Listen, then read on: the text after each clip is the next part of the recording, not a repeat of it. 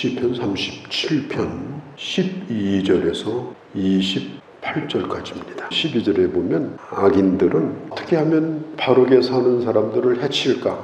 이를 갈면서 공리를 한다고 그렇게 말합니다. 악인들은 자신들의 성공을 위해서 몸부림을 칩니다. 악착같이. 그런데 그것으로만 끝나는 게 아니에요. 의인들을 쓰러뜨리기 위해서 악착같이 또 일을 갑니다. 그래서 악인들이 지배하는 세상을 만들려고 하는 거예요. 만일 의로운 세상이 되면 자기들처럼 불법을 행하는 사람들이 살 수가 없기 때문에, 그 불법이 하루아침에 다 드러나기 때문에 의인이 길을 펴지 못하도록 협박하고 이를 갈면서 그 의인을 누르게 되는 겁니다. 오늘 우리가 살고 있는 이 세상도 전혀 다르지 않습니다. 세상이 법대로 돌아간다면 자신들이 하는 일이 하루아침에 다 드러나기 때문에 악한 자들은 어떻게 하든지 의로움이 이 세상을 지배하지 못하도록 그렇게 불법을 저지르게 되는 것입니다. 이럴 때 의인은 회의를 갖습니다. 과연 공의로운 하나님은 살아계신 건가? 과연 의라고 하는 것은 있는 것인가? 왜 의인은 이렇게 고난을 받는 것인가? 그래서 어떤 때는 악인의 형통을 보고 시기하고 분노하고 심지어는 시험에 들기도 하고 신앙적으로 영적인 회의에 빠지기도 하고. 그런데 오늘 이 본문의 말씀은 두 가지를 얘기합니다. 악인의 결말이 어떨 것이며 의인의 결말이 어떨 것인가.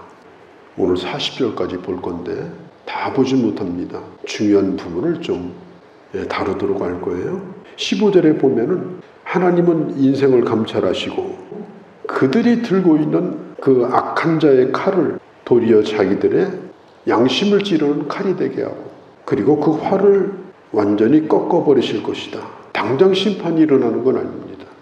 그러나 반드시 하나님의 심판이 임한다 라고 하는 겁니다. 16절에 다윗은 말합니다. 의인은 적은 소유를 가지고 있지만 악인보다도 풍부하다. 우리가 부유하다라고 하는 것은 양적인 것을 얘기하는 게 아닙니다. 의인의 소유는 그것이 비록 작다 할지라도 거기에 하나님이 주시는 만족이 있습니다. 하나님이 주시는 평안함이 있습니다. 행복하다. 내가 오늘 은혜를 누리고 있다. 그런 특별한 은혜를 하나님이 주십니다. 그러나 악인은 오늘 본인이 누리고 있는 그 돈방석이, 깔고 있는 돈이 어느 날 폭탄이 돼가지고 완전히 자기 인생을 분해시켜버리는, 혹은 그 돈방석이 가시방석이 돼가지고 언제 이게 드러날까. 그래서 평생토록 안절부절하면서 살아가는 그런 사람들이 한두 사람이 아닙니다. 참으로 행복하다, 부유하다라고 하는 것은 가진 것의 양을 가지고 따지는 것이 아닙니다. 어제 뉴스에 보니까 한 10여 년 전에 한 5억 하던 아파트가 바로 엊그제 19억 원까지 올라갔어요. 그렇게 하다가 최근에 9억 원이 또 떨어졌어요. 그러니까 뭐 집값이 얼마 올랐다, 내가 자리를 잘 잡았다, 그날 당첨 잘 됐다, 그 집을 깔고 앉아서 한때 좋아할지 몰라도 다 부질없는 일입니다. 의미 없는 일이에요. 적어도 예수 믿는 하나님의 사람들은 그렇게는 살지 말아야 돼요. 오늘 성경이 말하지 않습니까?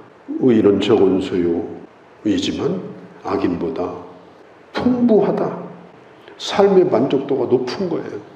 누가복음 12장에 보면 어리석은 부자가 있는데 그 사람이 창고를 확장해서 지어놨어요. 워낙 많이 벌어가지고. 그런데 그날 밤에 죽게 됐어요. 예수님이 이렇게 말씀했어요. 하나님에 대하여는 빈약하고 자기만 부유한 사람은 이렇게 될 거다. 하나님을 향해서는 아무것도 내놓을 게 없는데 모아놓은 것은 돈밖에 없어요.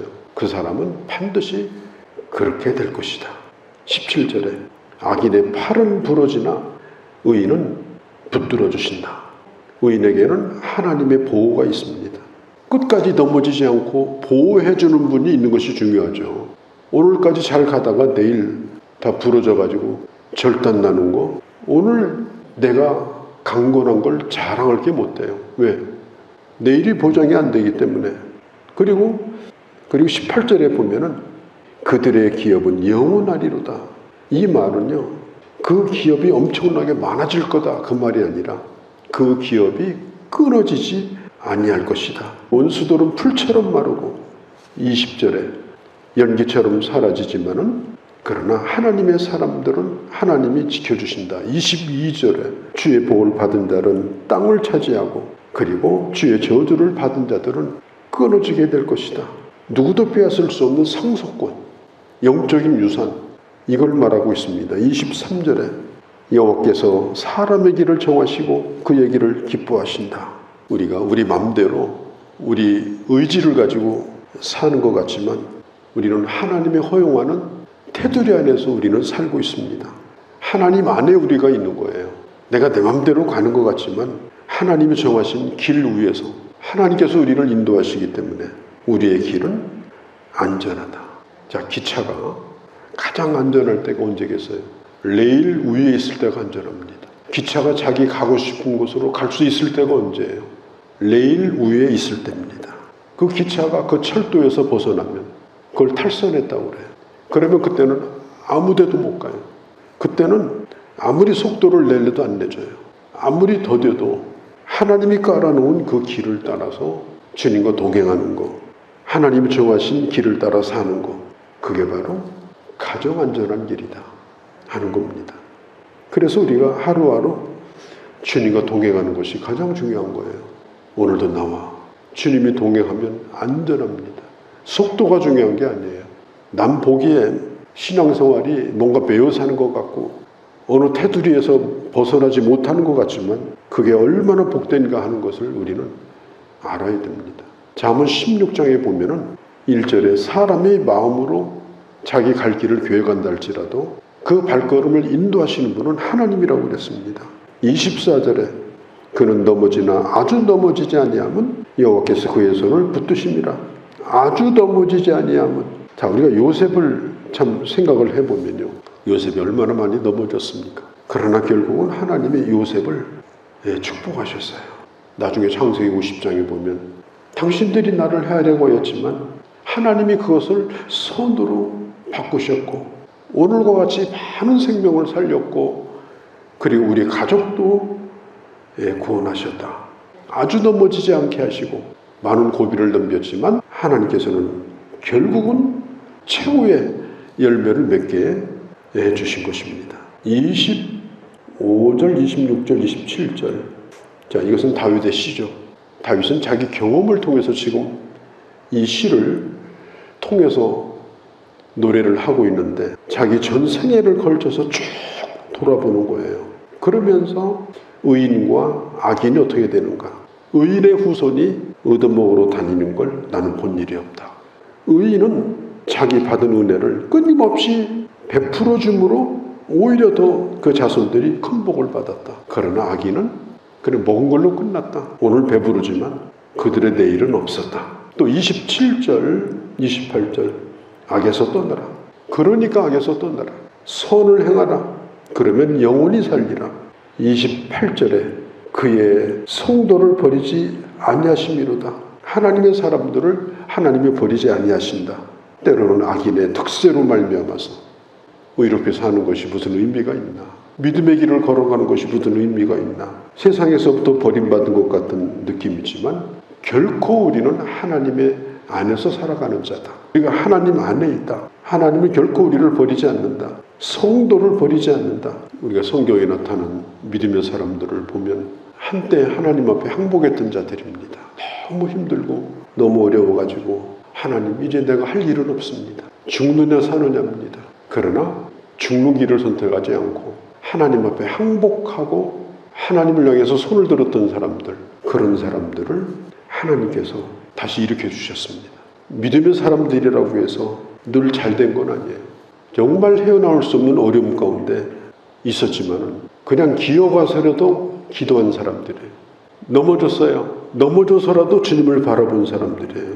사방이 막혀버렸어요. 막혔는데도 끝까지 주님을 쳐다본 사람들이에요. 그런 사람들을 하나님이 쓰셨고 그런 사람들을 간증이 되게 하셨고 축복하신 겁니다. 오늘 시편 37편은 그것을 반복적으로 말하고 있는 거예요. 30절에 의인이 입은 지혜로우며 그의 혀는 정의를 말하며, 이 정의는 바른 말 하는 거죠.